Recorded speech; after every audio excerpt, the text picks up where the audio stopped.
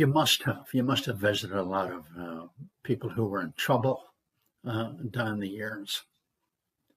And many of you anyway, must have had a good bit of trouble in your life. And you had visitors, good friends, maybe. And your trouble was so tough that they sort of sat and looked at you and didn't know what to say. It's tricky, isn't it?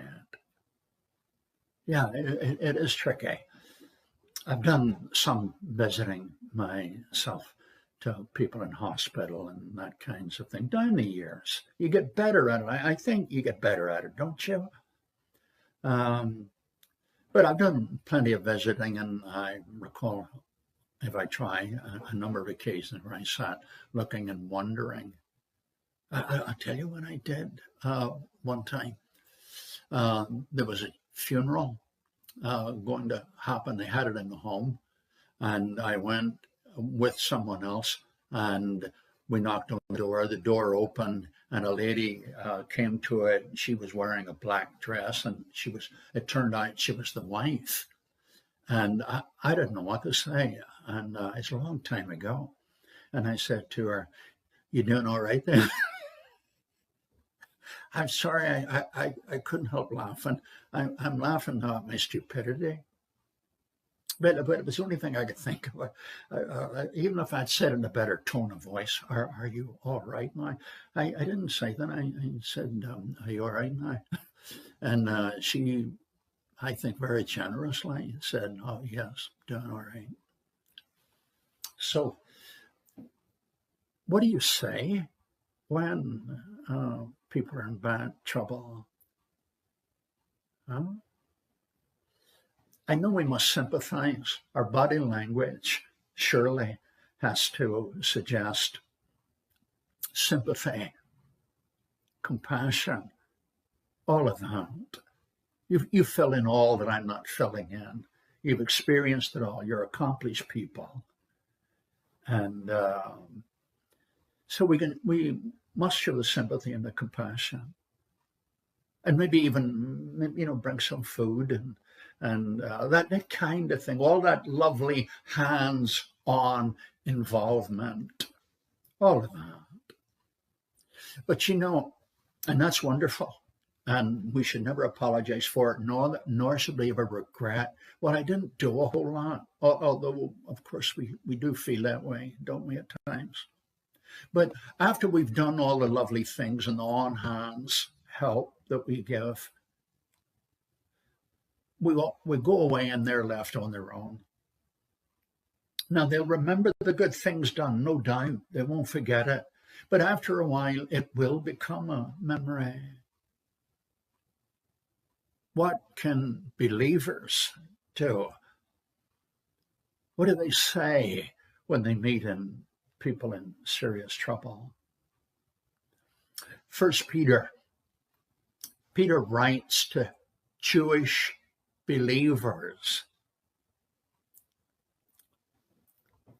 Most scholars think he wrote to Gentiles. He didn't. They're wrong. He writes to Jewish believers. And these Jewish believers are rejected by their own non-believing people, rejected by Gentile people and that among whom they live. And they're having a really tough time. Peter says this in 1 Peter 1. In fact, the whole book, sometime when you've got the time, we who believe and do read Scripture, read the book of 1 Peter at a single reading. Take your time to do it and read it. It's all about suffering. But it's not about gloom. It's all about suffering. And do you know how he opens up the book? What do you say when you're about to speak to someone or write a letter to people in awful trouble? What do you say? Whatever else you say, speak about God and Christ. Peter opens up his letter to them. He says he's writing to the elect, that is, the believers in the Lord Jesus Christ. He said, I'm writing to the elect that are of the diaspora. That's all the regions outside of Palestine.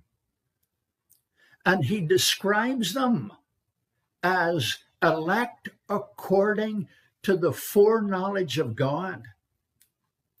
Elect according to the sprinkling of the blood of the covenant, Jesus Christ dying. Elect, chosen according to the sanctifying work of the Holy Spirit. So what does he do? He's writing to people who are having tough times. What's the first thing he does? He tells them who they are. And he goes on that way, which is why you need to read the book. And it's not a long book. He tells them, you're in trouble right now. You're going to have more trouble right now. You are despised by people, but you are chosen by God. And I have a word here for people who are particularly troubled during these days, who belong to the Lord Jesus Christ. You're having trouble, serious trouble, but remember who you are. For if Peter were speaking to you, writing to you, he would remind you that you are one of the chosen. You won't swagger. You're not bragging about it. He doesn't want you to brag about it. God doesn't choose you in the Lord Jesus Christ that you might brag about it. Christians don't brag about it, for pity's sake. Well, sometimes we do that too, don't we? We do just about everything else, don't we? So what then? What do you say to people who are in real trouble? You talk about God, and you talk about how God feels about them to whom you are speaking. You tell them that Christ came into the world looking for them, offering them, in spite of all the life that they've screwed up in the past, offering them reconciliation with God. Jesus Christ is the person of Jesus.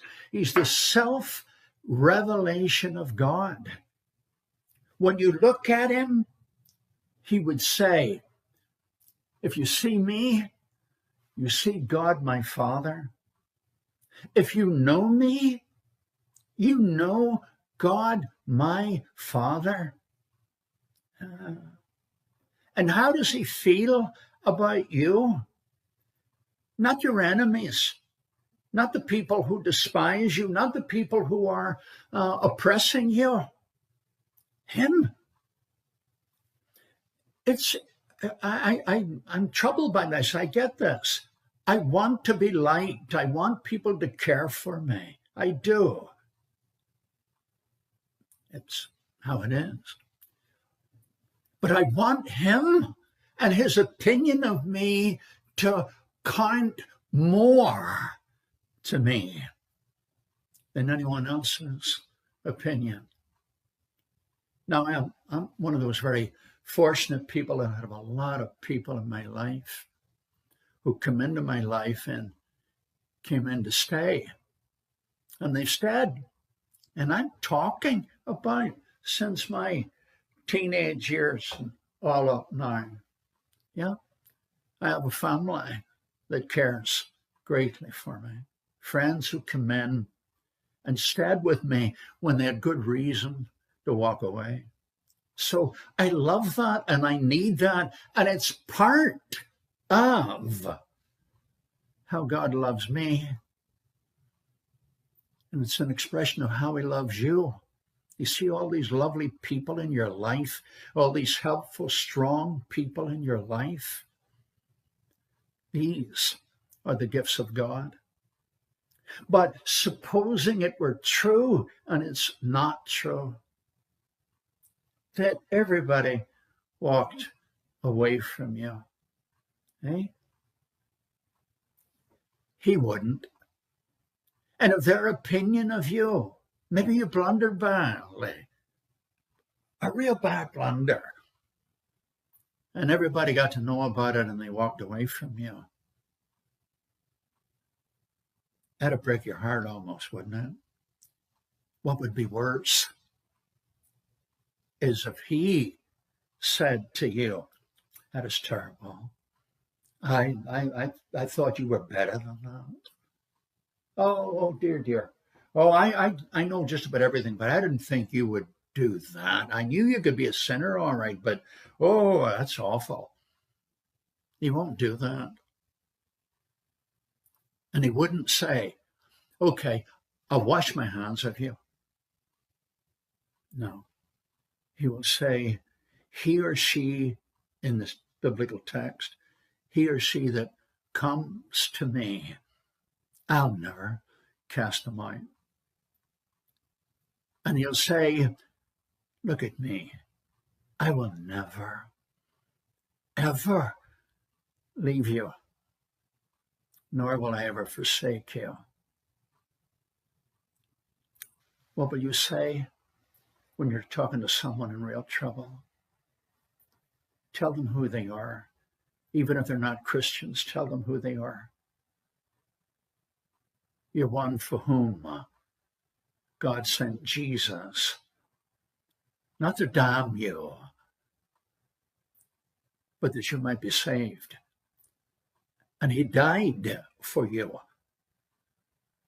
and would love you to come to him.